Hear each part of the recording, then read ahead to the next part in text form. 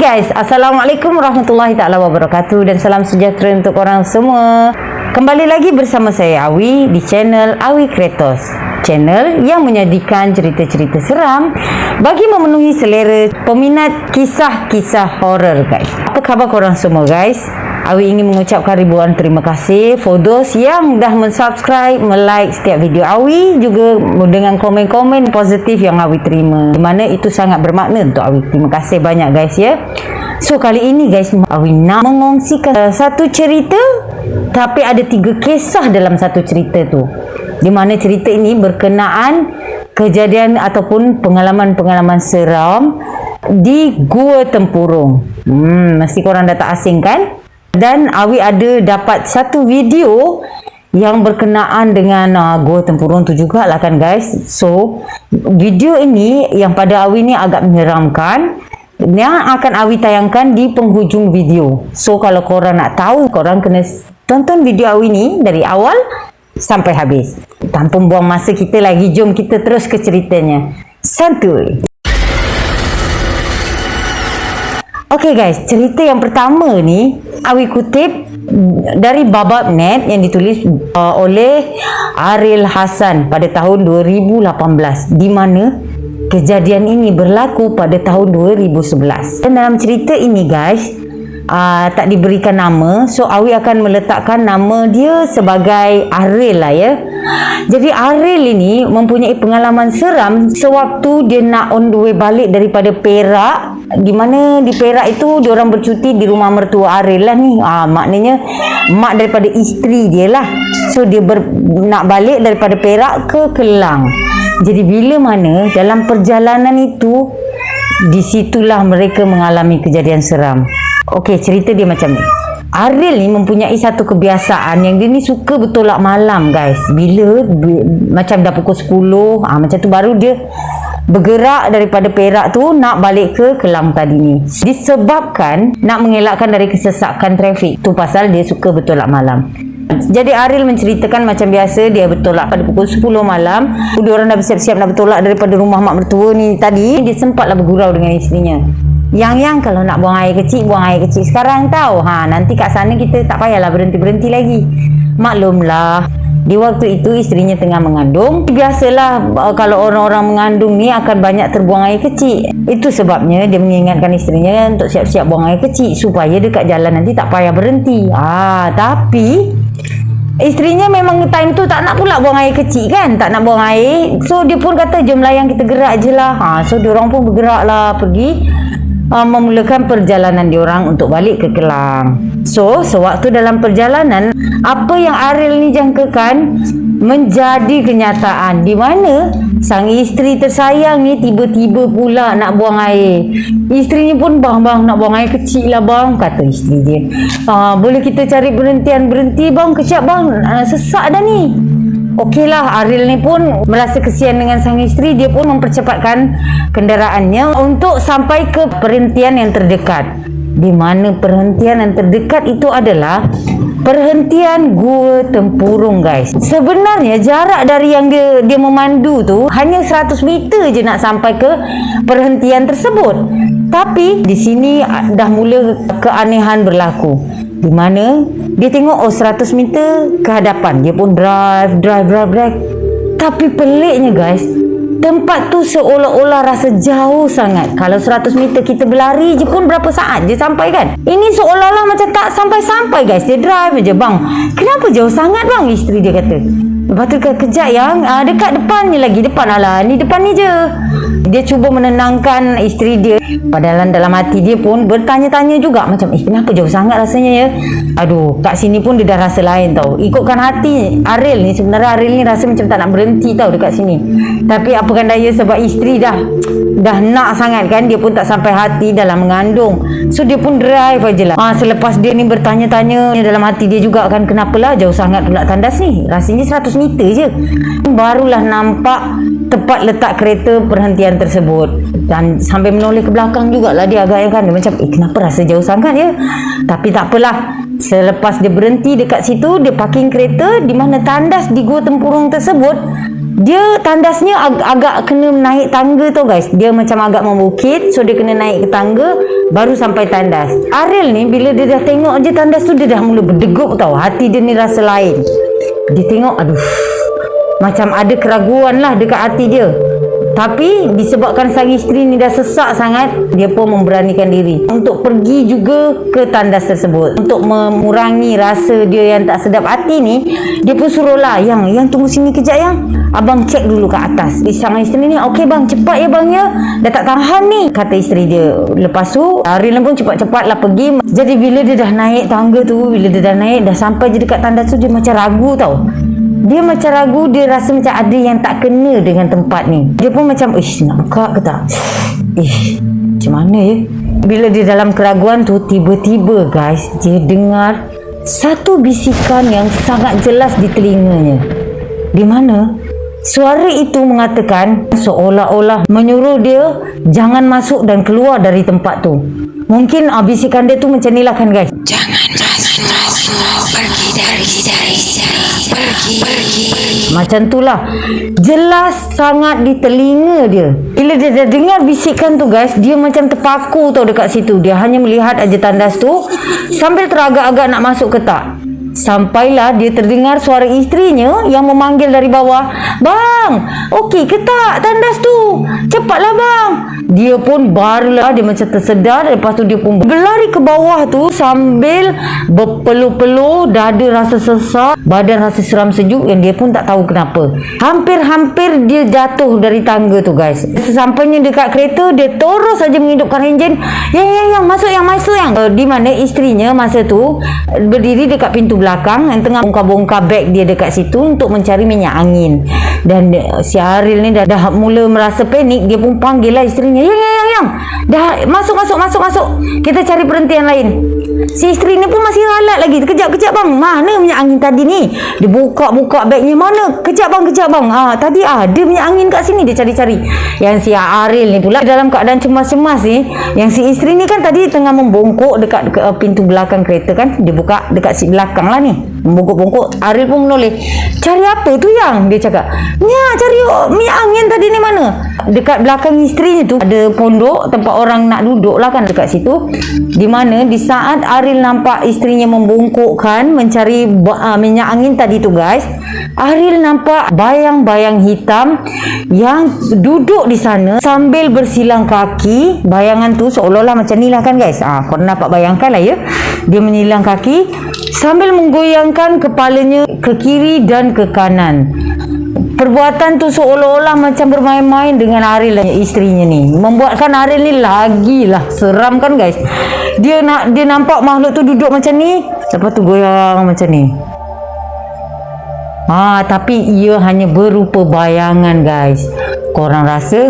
Lepas tu dengan macam tu Ariel pun teruslah menaikkan suaranya, "Yang dah tu bawa beg tu ke depan, masuk duduk." Isteri pun macam terkejut lah kan. Okey bang. Cepat tutup pintu tu. Lepas tu dengan segera isterinya pun duduk ke depan dengan memegang beg yang dia nak cari minyak angin tadi tu guys, dan menutup pintu dengan cepat-cepat. Isteri pun, kenapa ni? Tak ada apa, kita cari tandas lain. Selepas itu Ariel ni pun tak tunggu lagi guys. Dia terus reverse kereta, zoom keluar dari situ. Dan apa yang peliknya lagi, bila dia keluar tu tak sampai berapa second dah sampai jalan besar. Padahal masuk tadi tu punyalah lama dia rasa kan. Bila dia dah keluar je dari situ, dalam perjalanan Ariel diam aja. Yang isterinya ni pun macam tengok-tengok jugalah suaminya, kenapa dengan laki aku ni, macam tu lah kan. Tapi Ariel diam aja guys. Disebabkan panik tadi tu belum reda lagi, Ariel ni pun mulalah membacakan ayat kursi dan ayat 3 kul guys. Barulah Ariel ni merasakan jiwa dia pun dah mula tenang dan tenteram dekat situ. Dan bila isterinya pun dah dengar suami dah baca-baca macam tu, dia pun faham lah agaknya kan. Dia pun okey lah, mungkin sebab mesti ada benda dekat situ. Sampailah di perhentian tapah, barulah Ariel ni bercerita dengan isterinya pasal apa yang dilalui tadi. Barulah isteri ni tahu, ya Allah, nasib baiklah dia tak pergi buang air kat situ kan guys. So itu cerita yang pertama. Cerita yang kedua ni Awi kutip dari, mungkin pada korang mesti dah tak asing lagi dengan yang satu ini, iaitu Fiction Shasha. Mesti korang dah tahu kan, cerita dia memang gempak-gempak guys, seram-seram. Kalau korang nak tengok, nak cari dekat Google, banyak cerita Fiction Sasha ni, ataupun dekat YouTube, di mana dia mengongsikan cerita ni pada tahun 2017. Di mana ceritanya adalah berkenaan dengan salah seorang pelajar universiti di Shah Alam yang mempunyai keluarga duduk di sebelah belah utara sana guys. So, pengalaman seram ini berlaku sama juga macam yang pertama tadi, terjadi apabila dia mengadakan perjalanan pulang ke rumah orang tuanya, pulang ke kampung lah kan guys. So, cerita dia macam ni. Tapi sebelumnya guys, kita bagi nama Akil lah. Akil ni adalah salah seorang pelajar Universiti Shah Alam, di mana dia telah belajar di sana selama 1.5 tahun. Dan hasil daripada dia ikat perut, dia berjimat-jimat, dia mampulah memberi satu kereta second hand yang berjenis trend Pro 2, iaitu kancil, comel. Akil ni merasa sangat bangga sebab itu adalah hasil peluh dia dan hasil ikat perut dia. Dia mampu membeli kereta untuk dia selalu berpulang ke kampung untuk menjenguk orang tuanya.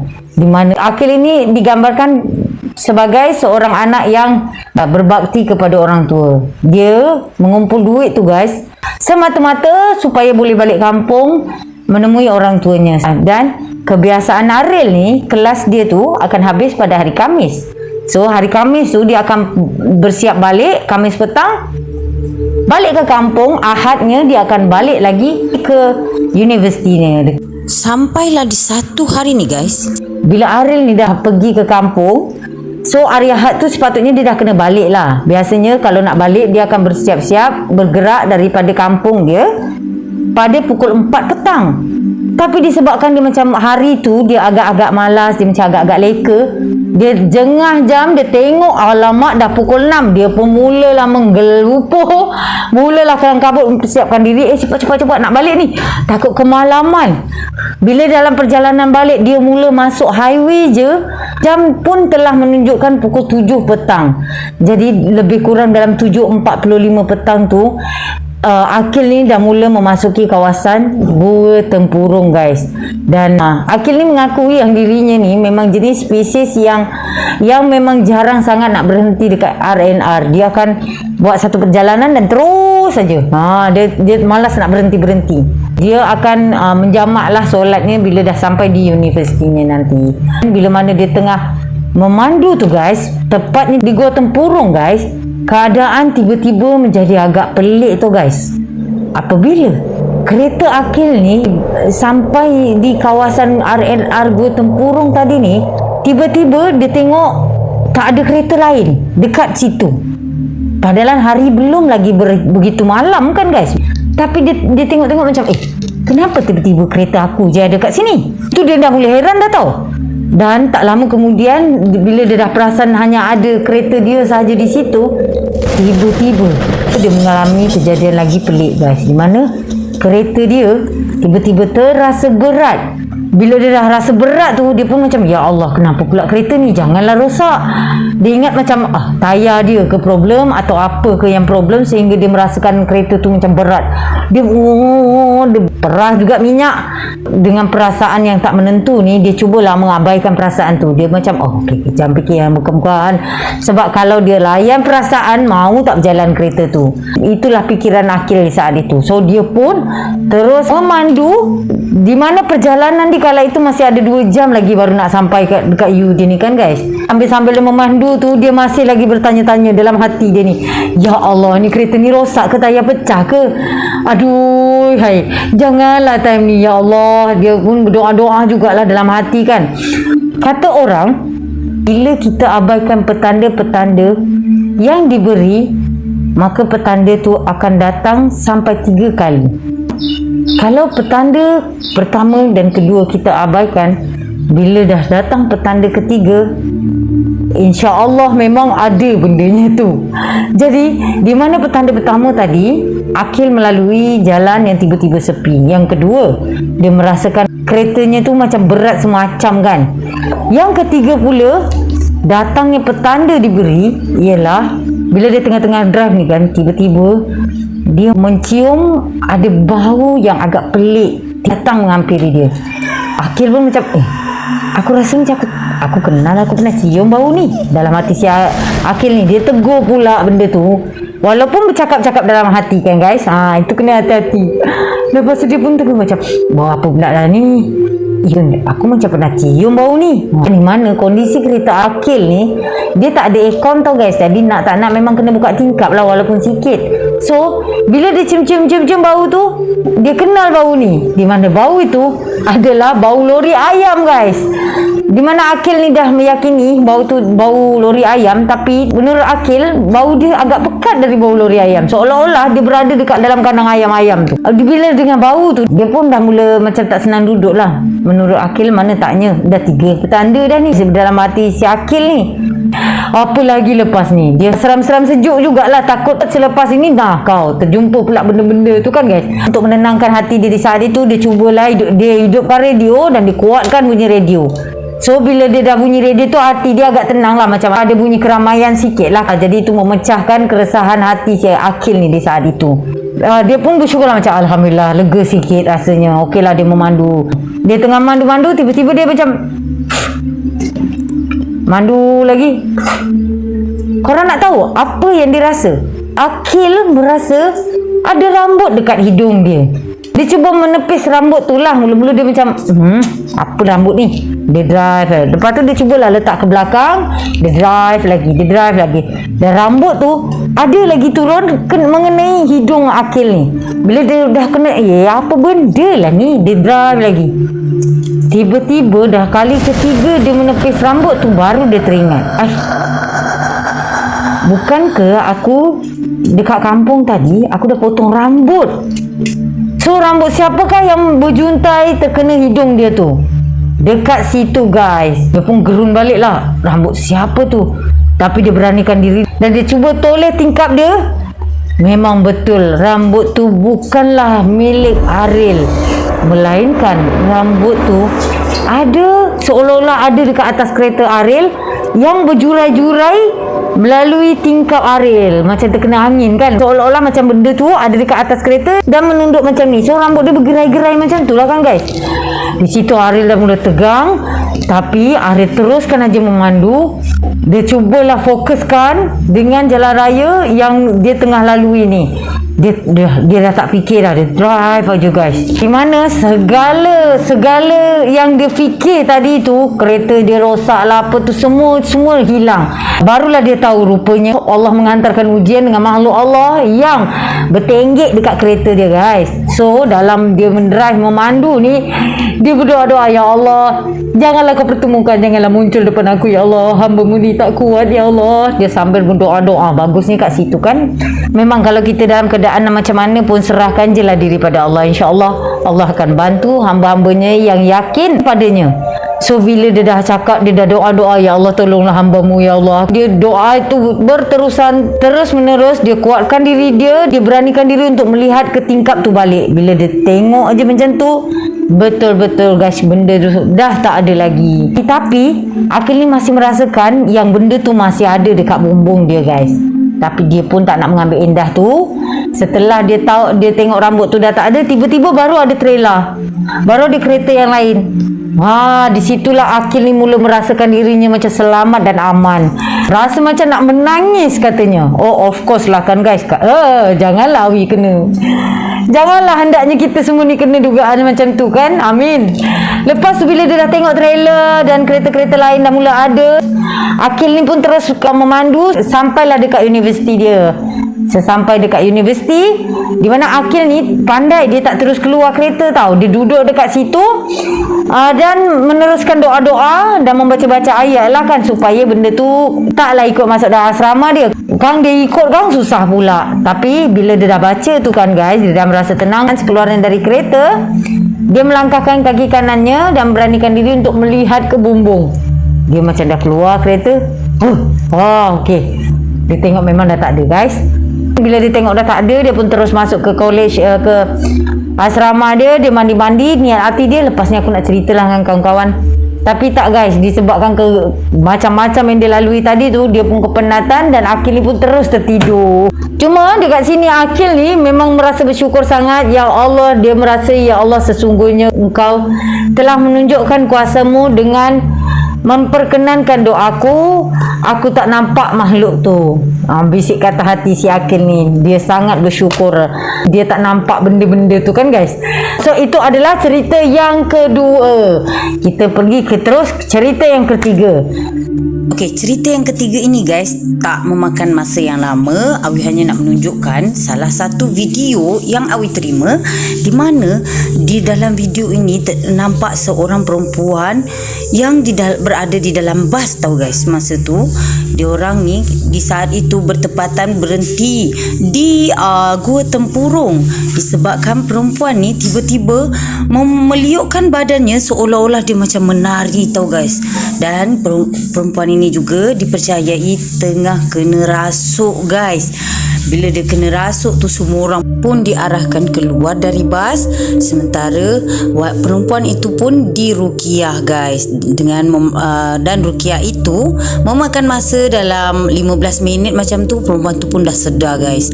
So dekat sini Awi nak belanja satu video yang Awi terima, yang Awi dapat daripada TikTok, di mana video ini menunjukkan perempuan tu tadi kena rasuk. So guys, dengan berakhirnya video ini maka berakhirlah pertemuan kita di hari ini. Jumpa lagi guys dan selamat menonton.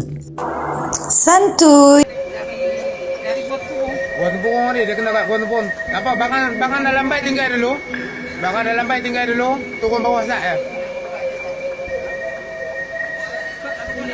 Kau tak apa, kau duduk lambat. Kena kat Gua Tempurung tadi, lepas pada jam tadi. Sangkut dekat Gua Tempurung tadi. Ada binatang tu lompat masuk lambat dah.